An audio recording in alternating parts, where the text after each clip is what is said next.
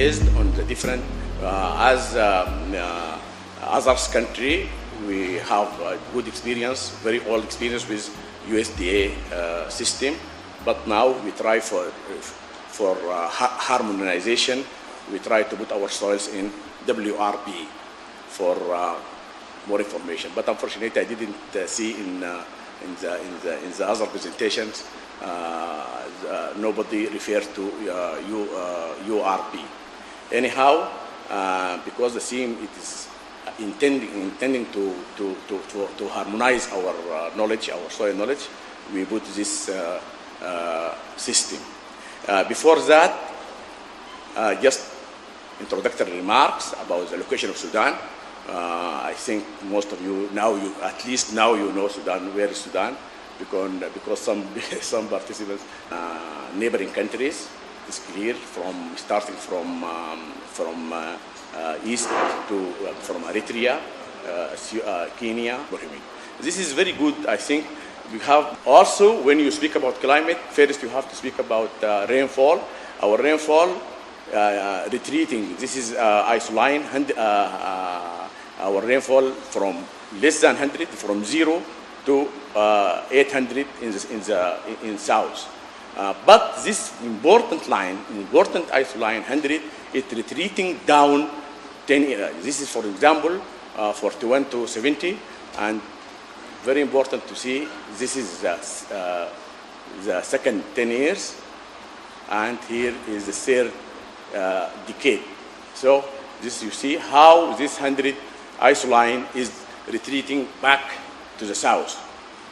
This is also gives us a degradation in all. When there is a degradation in rainfall, this means that there is degradation in vegetation, there is degradation in soils, everything is degraded. This is trying to put something in relation to climate change or rainfall change. Give this. This is also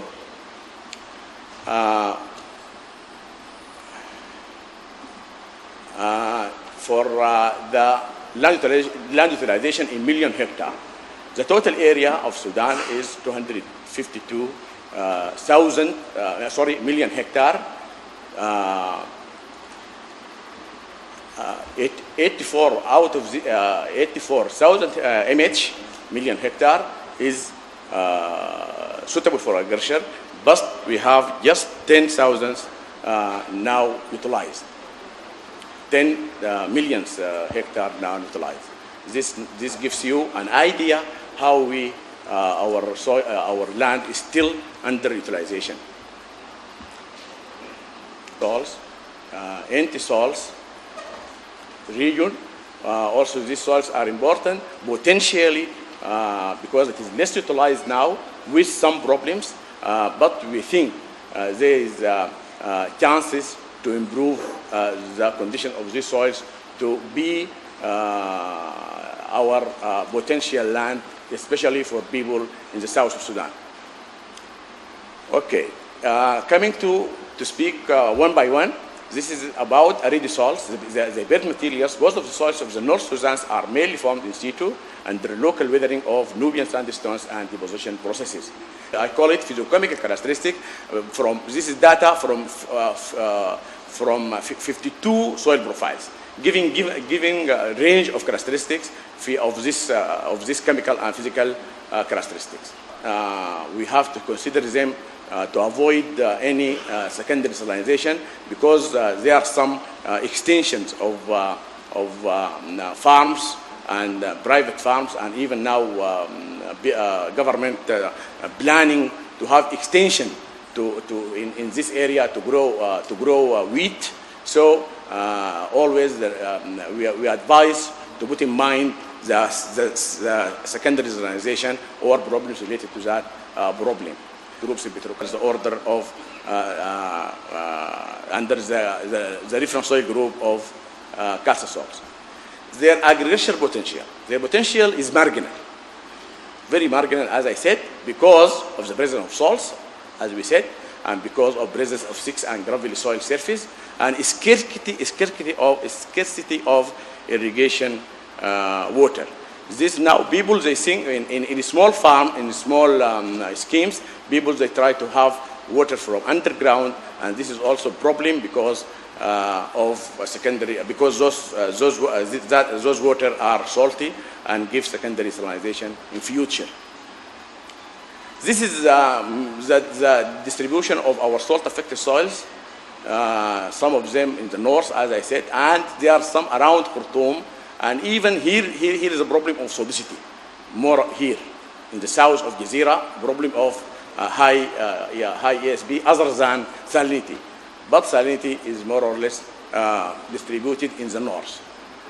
Land, the recent alluvial soils, their base material is very clear, comprised from alluvial deposits, still active. This is why we call it fluvens, because of this new succession of deposits, and they are very important characteristic in it.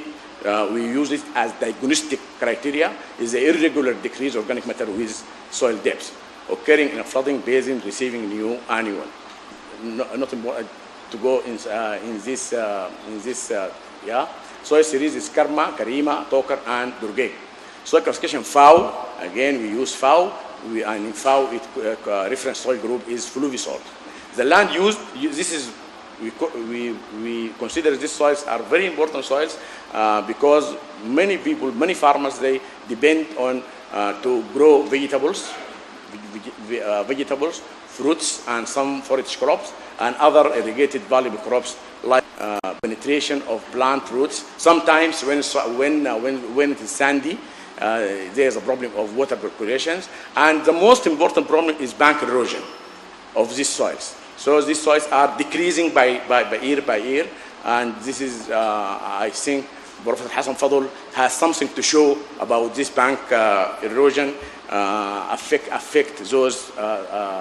This is why I will give him 10 minutes to give this very interesting show.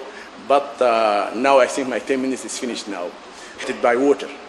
Built materials, there are 4 kinds of built materials for sands in Sudan: local Nubian sandstone, and Sudan content very clear, rapid permeability because they are sand, salmons in USDA, lower pH, very low pH compared with the clay soils, and negligible exchangeable sodium compared to river alluvium. So no problem of solidity or salinity in the soils. The soil classification of these soils are anti-soil, as I said, either to be salmons or fluvens. I think this is clear for people that work with the American soil, with the American system. Salmons because of sands, fluvens because of less sands. Fluvens normally near the great group is Usti salmons or Tori salmons or Quartz salmons.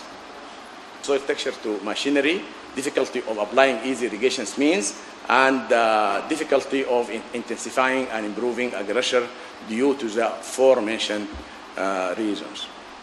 Land use of these soils. Those soils are very important for us because this is a main soils for production of sorghum and groundnuts in the west of Sudan, in Darfur and Kordofan, especially salmons, and also the gum arabic. The gum arabic also grow on these types of soils. And here about those soils, yes, we have stations in research station in Al-Ubayd and Fashir and Kaguli, but working how to improve the conditions, not only soils, but all the farming system and farming conditions of those soils. Coming to cracking vertisol, I don't want to enter inside those cracking soils because of cracks, but I want to, because this is are going to see tomorrow with Dr. Fauzi, and all our excursions will be on this cracking soils. This is a vertisol. It is known vertisol cracking. With, if I can move to soil classification, it is still vertisol is the same in USDA and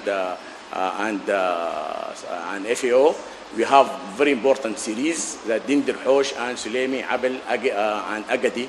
I think you are going to see Sulemi and you are going to see danger and others, I think, in the excursions. So I don't want to enter inside this because we are going to see, and even our presentation show down or poster presentation, there are many vertisols you can see.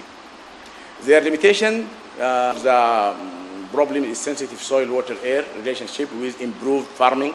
This is why my one of colleagues here said vertisol need irrigation, but timing, very important to time for irrigation in vertisol. Most of it, all of it, you can say, is around this clay plain. This is our central clay plain. All of it central clay plain. This is the central Sudan, here is the southern clay plain. So all our schemes.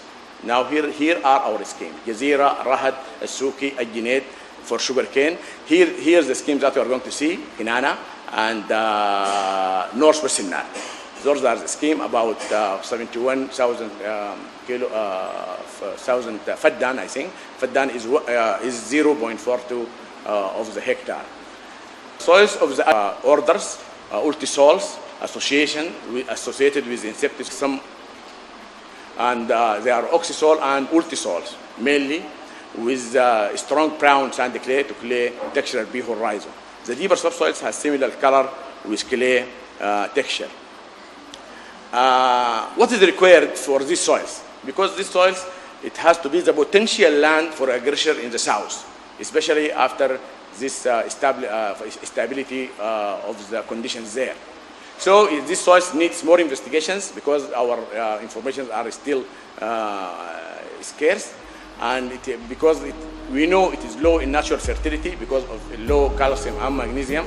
It has phosphorus and aluminum toxicity, definitely, especially in the oxysol and ultisol.